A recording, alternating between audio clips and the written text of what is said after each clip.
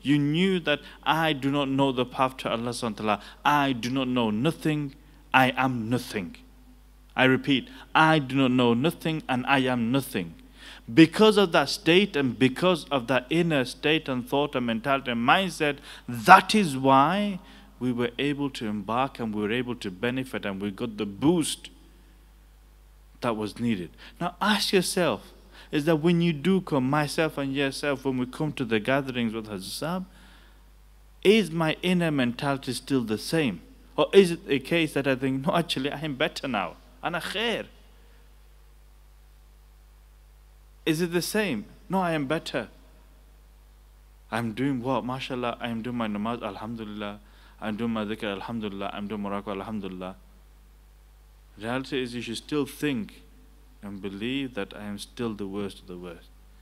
I know nothing, I am nothing. Why it's happening is that when we start leaving and when we start taking the gatherings less seriously is when we think, alhamdulillah, I didn't used to pray, now I'm praying. But who helped you to get the process of praying 5 times? Who helped you to change and transform your shakl from this to this? Who helped you to actually get over and alleviate yourself from this problem to this situation now of ease? Who helped? Why and how did that come? Is because humbleness. That I know nothing and I am nothing. But what's happening now when we come to the gathering, I know, oh, as I was mentioning, oh, I've heard this before, so switch off. Or what they're going, oh, they're just going to do ascension. Doesn't matter, I'll do it from home. What they're going to do, oh, they're just going to do this, it's all right. Now it's not the case that I know nothing and I am nothing. It's the case of I know everything and I am it. One is truly introspect this inside, that try to actually think and ponder, because whatever they utter isn't vese. There's reality there. Now, again, I go back to the wording. I fear, come closer. If you're distant, you're going to get distracted. You're not going to hear the instruction. You won't benefit. If you are distant, for example, you are stopping yourself from coming to the gatherings. You are stopping yourself from coming to the gatherings. You are stopping yourself visiting, I'm very bad. Oh, I'm very, very sinful. Oh, I'm not doing my amals. Who is causing that distance? Sometimes what happens, the nafs and shaitan think is Hazrat Sahib, they're not giving me attention. One accusation people make. Hazrat Sahib's not giving me attention like they used to. Now is billah min zalik. Hazrat Sahib's not giving attention. The thing was that what happened is, how did you come to the gathering? How did you come to the gathering? How did you come to meet them? How did you come to be in the process of being there, meeting them, and finding the path? It's through Hazrat Sahib. They have now given you the solution, and you are not supposed to take the ilaj and the treatment. Now what's happened is that I have stopped taking the treatment. I have stopped taking the treatment, and I have become my self-made doctor. So now, oh, Hazrat Sahib's not giving me attention. It's because you have stopped taking the instruction and the pill that was supposed to cure you. You yourself have become doctor. So now is that, if you were to go to a physical doctor, just understand a little bit, if you were to go to a physical doctor, the doctor, I need some antibiotics, I am ill, I need some antibiotics. The doctor says, okay, take these antibiotics 3 times a day for 2 weeks. And then what happens is that you take the antibiotics for 1 day, 2 days, oh, I'm better now, it's okay. I leave it alone. And then, oh, the honey is good, this is good, oh, I heard that milk is good, oh, I think it was good. And then you said, you go to the doctor, I'm still not feeling better, really, still there. Have you been taking the medication? No, I saw on Google that you could take all of this. What is the doctor going to think? Then why did you come to me if you knew already? Again, mindset. I know nothing, I am nothing. That if that distance is not Hazrat Sahib who's creating it, it's me, myself and nafs and shaitan. This is who's creating the distance, not Hazrat Sahib. Hazrat Sahib is not creating the distance, it's me. I am the one who's creating it. I am the one who's creating the barrier between me and Hazrat Sahib, my nafs, my amal. There is nothing. The Mashayikhs, they are like the sun, radiating the fairs to everyone, every single person. They want to benefit. They never want to deprive. It is ourselves who are depriving. Is that basically the sun is coming out, as they give the analogy, the sun is coming out, and instead of basking in the sun of the fairs of fuzat of the Mashayikhs, what we're doing is that we're finding shade and darkness where we can hide ourselves in the buildings so the sun doesn't reach us. Now, for you to understand, imagine that gathering is like the sun of fairs and fuzat is radiating out. This is the sun, is radiating out.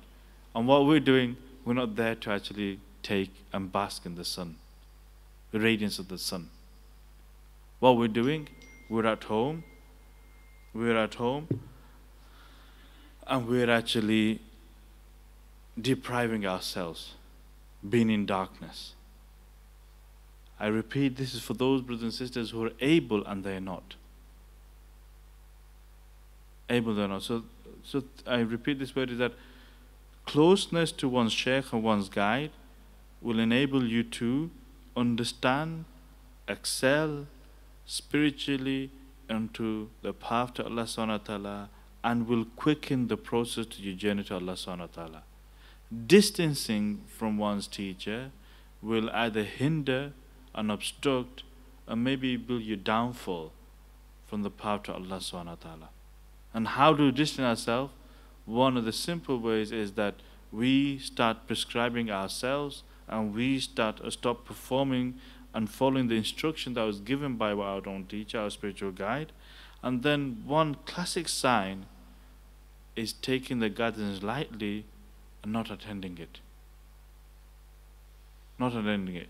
Now, just so that you understand, so that any brother or any sister who may be doing a gathering under the instruction of a sahib, just so that you understand, for future reference as well, you should understand it like this.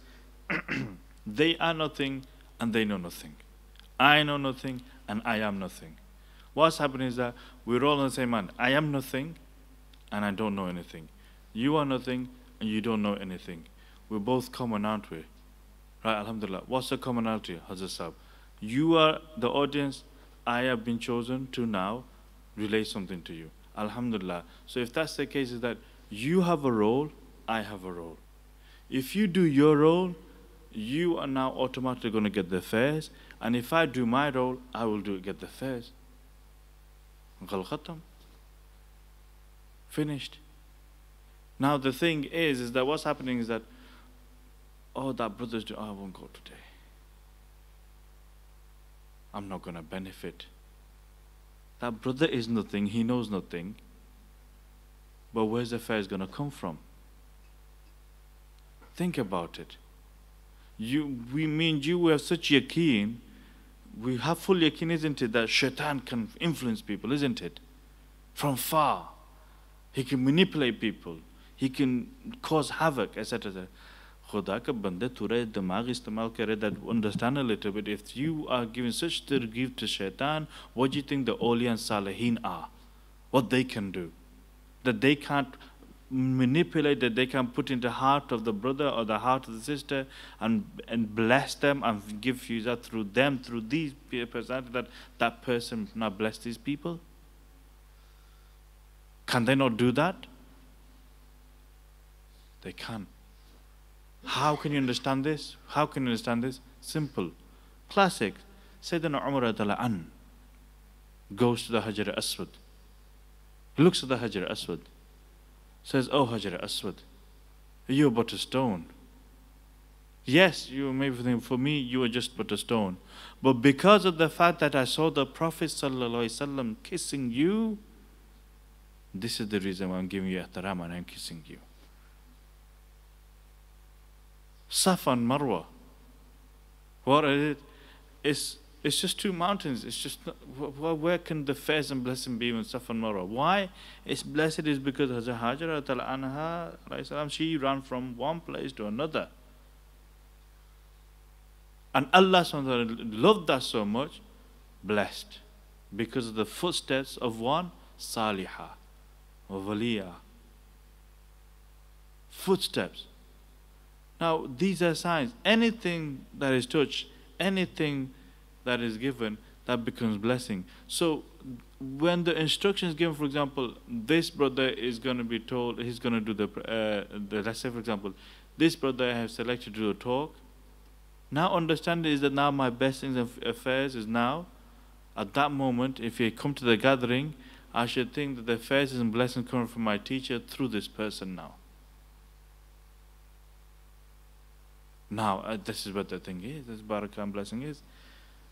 Because I know nothing, I am nothing. You know nothing, you are nothing. We're both same. We're all students. But we've all got a role to play. And that is what we have to understand. Is that we've all got a role. You play your role, alhamdulillah, you get the blessing. I play my role, I got the blessing. Now let's say, for example, I don't come and you come, you get your blessing. Now if I come and you don't come, I get my blessings. Who's depriving? Ourselves. We're depriving it. So anyway, just a little bit. So I say again is that closeness to one's teacher, to one's guide, to one's teacher and one guide is key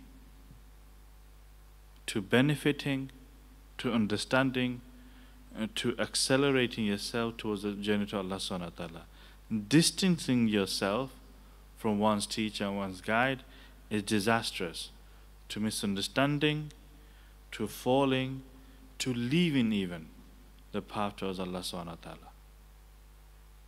One should endeavor to make sure that whatever opportunity that we have to avail the opportunity to be physically, if we can, if we're able, to be that laziness and physically attend and sit and immerse and bask ourselves in the sun of the fuzat and marifah of our own mashayikh. Imagine you come to bathe in the fuzat and blessing. That's where you come. So take your portion and then go and motivate yourself. So imagine that person who goes not only 10 Mondays, he goes and bathes himself on a Thursday, a Friday, and also weekend. This is why you see this person being active. He is active, or she is active. She is doing it because why? They're getting their fares. They're making the effort. Okay. Now, I can probably hear the brothers who are our fathers and brothers and sisters saying is that, how do we? No, if you are tuning in, whatever is your ability, if you're tuning in, you're following the instruction, you will be blessed as well. You will be blessed as well. So there's no deprivation. Like I said, is that the other added blessings that physically they also can bless as well. The physical zat, a person gets received the blessing as well. The spiritually, the ruh blesses the individual. Okay, inshallah, without further ado, we'll try and. We've got enough time, or shall we? Okay, we'll do a quick muraqabah, and then inshallah, hopefully we'll get ourselves ready for the Fajr prayer. So just get into the mentality now, inshallah, just avert your minds towards Allah subhanahu wa ta'ala. The three keys of connection, Allah subhanahu wa ta'ala is with me, is watching me, is seeing me. Get that into your heart, and then obviously try to then, after connecting, then try to actually recite the askars for protection. So Fatihatul Kursi and the three kuls, blow on yourself. After that, then the three states of the heart and mind, of humbleness, of reliance, and of gratitude, thankfulness towards Allah subhanahu wa ta'ala. After that, then recite the askars. We'll recite the askars for commencing, one time astaghfar, one time Bismillah ar-Rahman ar-Rahim, 3 times astaghfar, 3 times durood, and 3 times la hawla wa la quwwata illa billah, and then start the process, the beginning of the lataif, and then the whole process of actually cleansing the lataif, about a minute or so, about 5, 6 breaths, 7 breaths, whatever. Try to do that, and then, as you know, this is the month of Safar, and we're coming to the end. It was actually this blessed days, in this blessed time, like I was saying on Tuesday, that he Sallallahu Alaihi Wasallam was actually started and preparing their journey back to Allah Subhanahu wa Ta'ala. So recall the time and the moment, the scene where Rasulullah Sallallahu Alaihi Wasallam narrates You can see that yourself, you're going back to Masjid Nabawi. And what is the scene when Prophet Sallallahu Alaihi Wasallam raised to the companions that in this particular scene when he said that Allah SWT a servant once Allah SWT asked a servant once that do you want to come back to me or do you want to stay in this world? And the servant decided and he chose Allah SWT. And that was where Sayyidina Abu Bakr Siddiq radiallahu anhu got confirmation and understood that he was referring to the Prophet Sallallahu Alaihi Wasallam, and that he now has conveying the message that he's going to be departing and going back to Allah SWT very soon.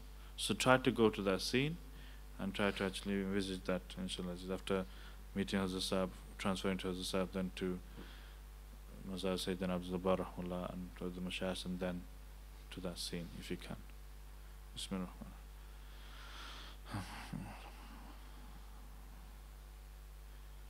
Bismillah. Alhamdulillah Rabbil Alamin Rahman Rahim Maliki Yawmiddin Iyyaka na'budu wa iyyaka nasta'in ihdinas siratal mustaqim siratal ladzina an'amta 'alayhim ghayril maghdubi 'alayhim waladdallin amin. Bismillahir rahmanir rahim.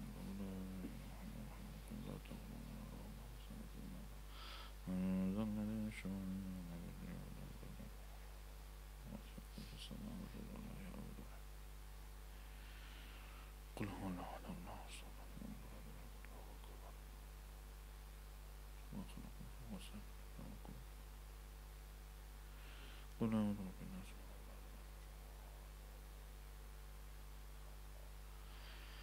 قل هو الله احد الله الصمد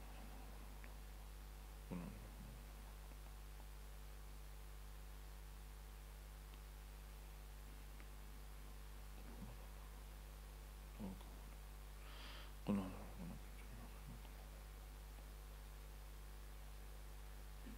شرف.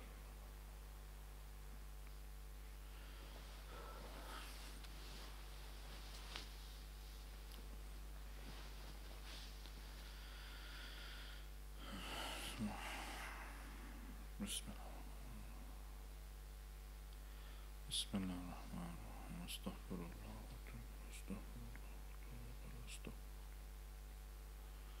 صلى الله عليه وسلم.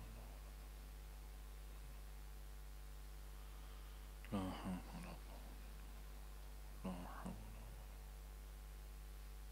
ولا حول.